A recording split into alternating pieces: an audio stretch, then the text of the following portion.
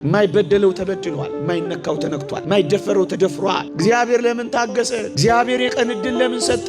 ሁላችን ወደ ንስሐ እንድንገባ እግዚአብሔር እየታገሰ። የአይሁድስ በዛ ትሉ የለ የእኛስ አልበዛ? ዛሬም በክርስቲያኖች በወዳጆቼ ቤት የቆሰልኩት ቁስል ነው አለ። ዛሬስ በእኛ ልብ ውስጥ መቁሰል አለበት። ችንካሮቹን በዓይናችሁ ባያችሁ ቁጥር የተገረፈው ግርፋት፣ የጀርባው ሰንበር፣ የጎኑ ቁስል፣ እነዚህን የምታስብ ክርስቲያን እንዴት ጨክና በደል ትሰራለች? እግዚአብሔር ኃጢአትን ተው አለን እንጂ መኖርን ተው አላለንም እኮ ምእመናን። መስረቅን ተው አለን እንጂ መስራት ተው አላለንም እኮ ወገኖቼ፣ አላለንም። እግዚአብሔር ከሚጠፋው ዓለም ጋር እንጠፋለን፣ ከሚኮነነው ዓለም ጋር እንኮነናለን። በእግዚአብሔር መቅሰፍት ከሚበላው ዓለም ጋር በመቅሰፍት እኛም እንጠፋለን። ንስሐ ባትገቡ እናንተም እንደዚሁ ትጠፋላችሁ ብሏል ጌታችን። እግዚአብሔር በምን ደስ የሚለው ይመስላችኋል? እንደዚህ እግዚአብሔርን ቃል ተሰብስበን ስንሰማ ብቻ ደስ የሚለው ይመስላችኋል? እግዚአብሔር በእልልታችን በጭብጨባችን በምን ደስ የሚለው ይመስላችኋል? እግዚአብሔር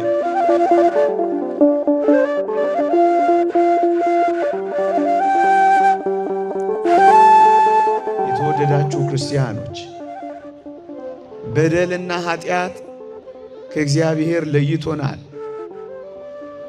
ከእግዚአብሔር በመለየታችን ያጣነው ጸጋና ሀብት ሊሰፈርም ሊቆጠርም አይችልም።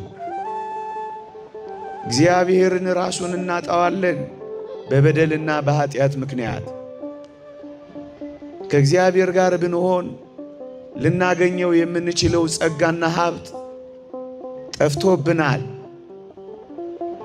ከሁሉ በላይ ደግሞ እንደ ጨው የሚጣፍጠው ኃጢአት እየበረከተ ሲሄድ ሬት ሬት ይላል። የኃጢአት ምሬቱ ያጣችውን ጸጋና ሀብቱን ከእግዚአብሔር መለየቱን የምትረዳ እውነተኛ ክርስቲያናዊት ነፍስ ወደዚህ ጸጋ ለመሄድ ትገሰግሳለች። እንኳን የእግዚአብሔር ፍቅር የሰው ፍቅር እንኳን ይሉኝታ ያሲዝ የለ። ስለ ሰው ይሉኝታ ብለን ስለ ቤተሰቦቻችን ፍቅርና መውደድ ብለን ብዙ የምንተወው ነገር አለን አይደል? የእግዚአብሔር ፍቅርማ ኃጢአትን ለመተው ይሉኝታ ለማስያዝ ከዚያ በላይ እኮ ነው ወገኖቼ።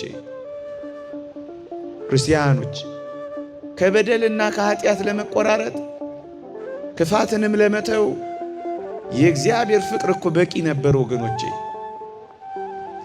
ስለኔና ስለናንተ የሞተ፣ ስለኔና ስለናንተ የቆሰለ፣ ስለ ኃጢአታችን የደቀቀ፣ ስለ መተላለፋችን ዋጋ የከፈለ የእግዚአብሔርን ፍቅር ሁሌ የምታስብ ክርስቲያን ስለ ፍቅሩ ብሎ ኃጢአትን ለመተው ይንደረደራል።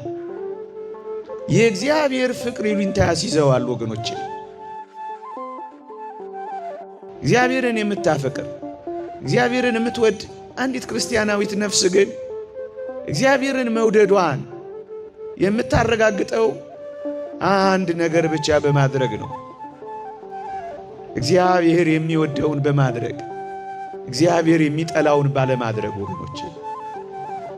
ክርስቲያን የመባል ትልቁ ቁም ነገር የክርስቶስ ወዳጅ እግዚአብሔርን አፍቃሪ የሚለው ትርጉም የሚሰጠው እግዚአብሔር ጽድቅን ይወዳል፣ ክርስቲያናዊት ነፍስም ጽድቅ ማድረግን ስትወድ ነው። እግዚአብሔር ኃጢአትን፣ እግዚአብሔር ክፋትን ይጠላል፣ እሱ የሚጠላውን ስትጠላ ነው።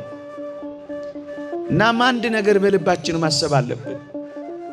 እኔም ይህን አንድ ነገር እጠይቃችኋለሁ።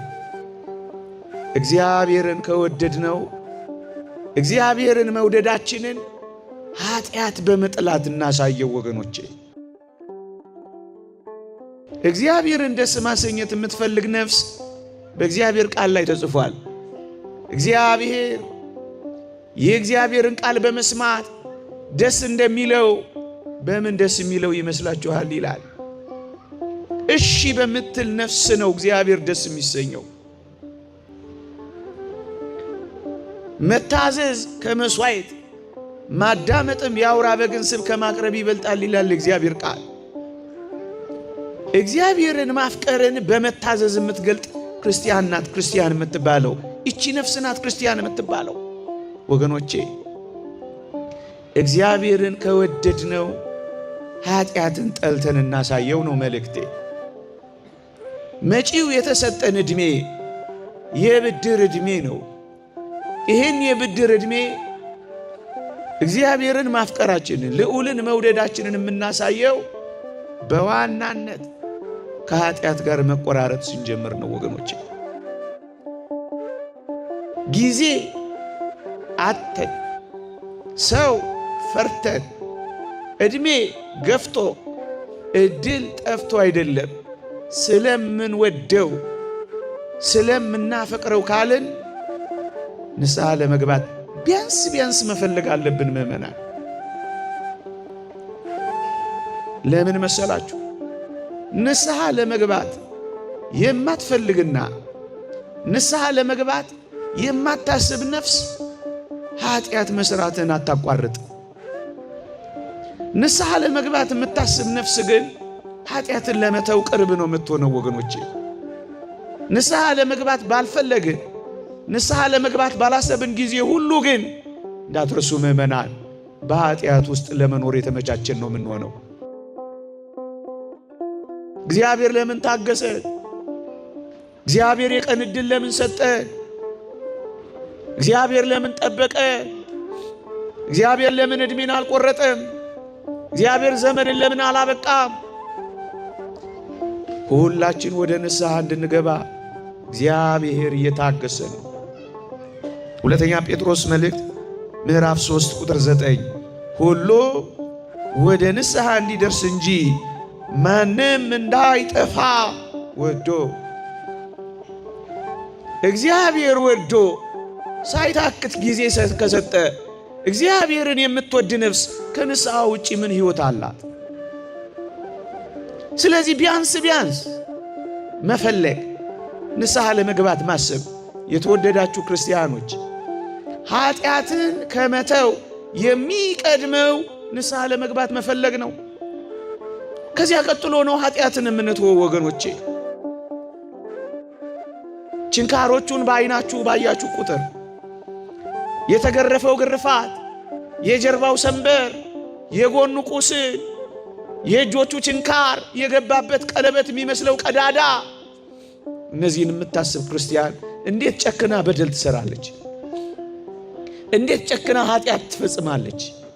እንዴት በዚህ ፍቅር ይሉኝታ አይዛትም? ወገኖቼ ኃጢአትን የምንተውበት ዋና ምክንያት እግዚአብሔርን ስለምናፈቅረው ይሆናል ወገኖቼ። ኃጢአትን ከመተው የሚቀድመው ምእመናን መፈለግ ነው። ትፈልጋላችሁ ወይ? ቢያንስ በመጪው ዘመን የንስሐ ሕይወት እንዲኖረ ተነሳይ ሕይወት እንዲኖረ የምር እግዚአብሔርን ማፍቀራችን እንድናረጋግጥለት ከወደድከኝ ኃጢአትን ተው የሚለው ድምፅ እያስተጋባብን ከኖር ሳይነጋ በዚህ ምሽት እንኳን ንስሐ እንገባለን።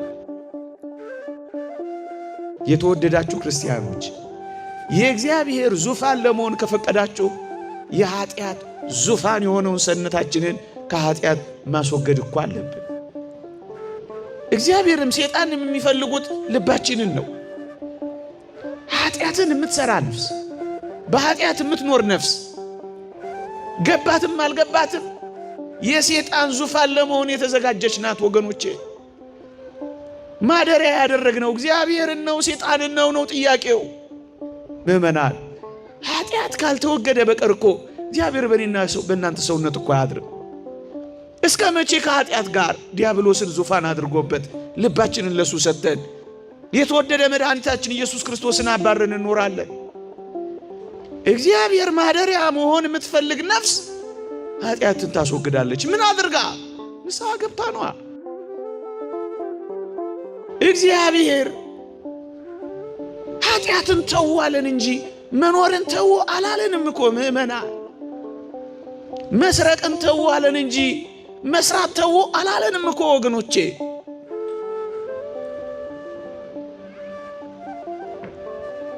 አላለንም እግዚአብሔር። በጣም ቀላል ጥያቄ ነው የጠየቀን እግዚአብሔር። ንስሐ እንድንገባ ብቻ ነው እግዚአብሔር። ይኸውላችሁ ለምን ወደቃችሁ አይደለም እኮ እግዚአብሔር ጥያቄ። ለምን አልተነሳችሁም ነው እኮ እግዚአብሔር ጥያቄ።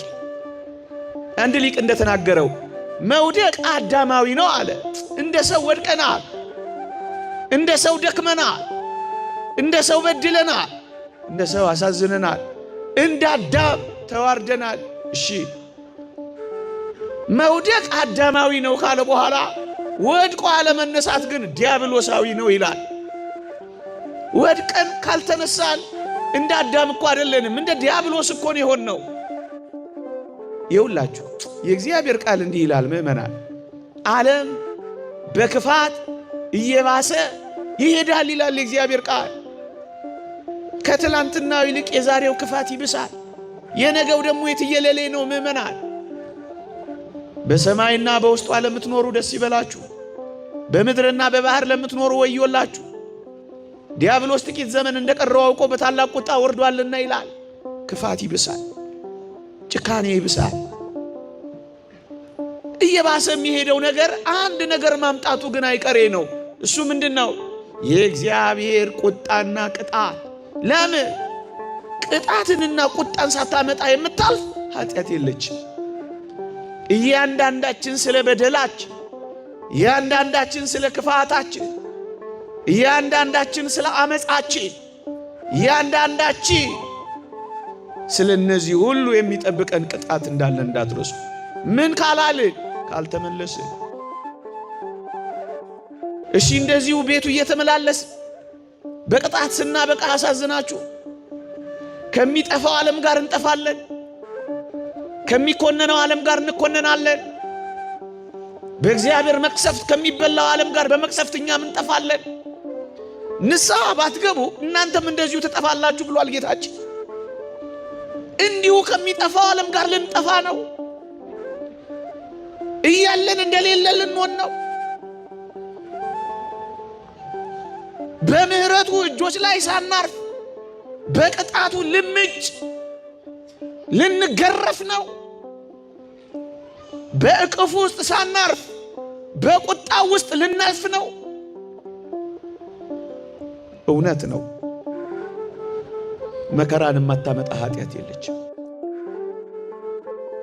እግዚአብሔር የተናገረው ክፉ ነገር ካለ ሊያደርግብን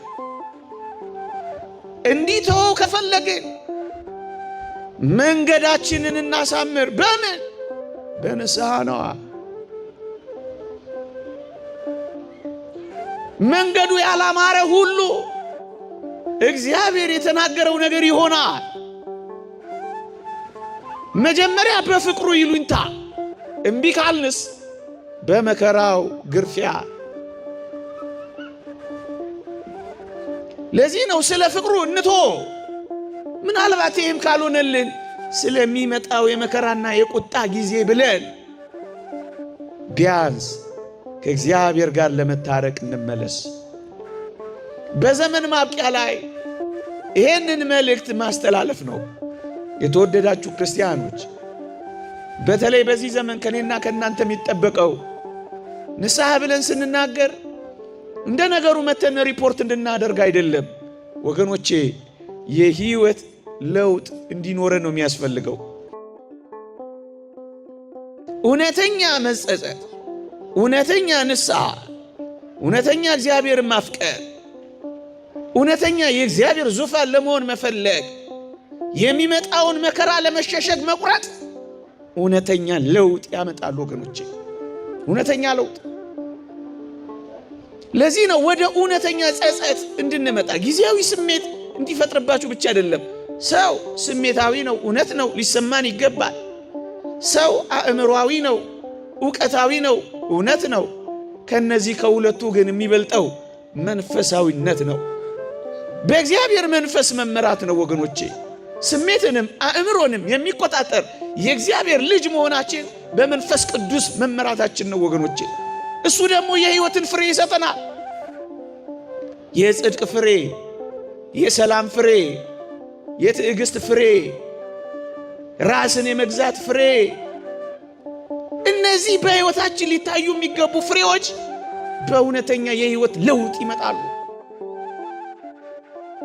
ይሄ ብቻ ግን አይደለም ምእመናን፣ የኔና የናንተ ወደ ረጅሙ የቅድስናና የንጽህና ሕይወት የሚደረገው ጉዞ መጀመሪያው ነጥብ ንስሐ ነው ወገኖቼ።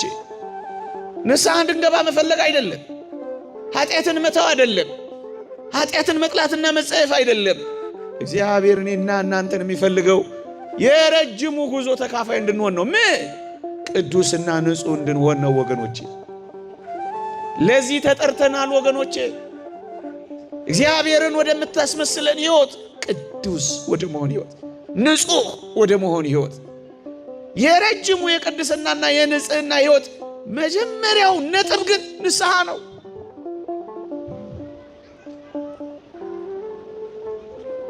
የግንኙነቱ መጀመሪያ ንስሐ ነው። ንጹሕ እንድንሆን ነው እግዚአብሔር ይጠራል። እኔ ቅዱስ ነኝና እናንተም ቅዱሳን ሁሉ የሚለው ጥሪ ጥቅስ ብቻ አይደለም። ቅዱሳን እንድንሆን ነው እግዚአብሔር ይጠራል። ምን ነው እኛ ትንሿን ንስሐ እምቢ አልናት? እስከ መቼ ከእግዚአብሔር ጋር እንደተጣላን? እወድሃለሁ በሥራዬ ግን እሰቅልሃለሁ ማለት ይገባል። ምእመናን፣ የእግዚአብሔር ቃል እንዲህ ይላል፣ በሥራቸው፣ በክፋታቸው፣ በኃጢአታቸው፣ በክህደታቸው የእግዚአብሔርን ልጅ ይሰቅሉታል፣ ያወርዱታል የሚላል ቅዱስ ጳውሎስ። የአይሁድስ በዛ ትሉ የለ? የእኛስ አልበዛም? የሐሜት ትፋታችን አልበዛም? የጸብ ጅራፋችን አልበዛም? የኩርፊያ ሰንበራችን አልበዛም? የዝሙት የሾህ አክሊላችን አልበዛም? ዛሬም በክርስቲያኖች በወዳጆቼ ቤት የቆሰልኩት ቁስል ነው አለ። ዛሬስ በእኛ ልብ ውስጥ መቁሰል አለበት? ዛሬም በእኛ አንደበት መገረፍ አለበት? ዛሬም በእኛ ጥላቻ መድማትና መጥቆር አለበት? እግዚአብሔር አሁን ከኔና ከእናንተ የሚፈልገው ይቅር በለን ብለን ያወቅነው የተረዳነው ንስሐ መግባትና መናዘዝ ብቻ ነው። ኃጢአታችንን ይቅር ሊለን ከአመፃችን ሁሉ ሊያነጻን የታመነና ጻድቅ ነው ተብሎ ነው የተጻፈው። እስኪ ይህንን የሚመጣውን ዘመን በይቅርታ እንኖረው። ከእግዚአብሔር ጋር ታርቀን እንጀምረው። የኃጢአት ቀጠሯችንን እናቋርጠው።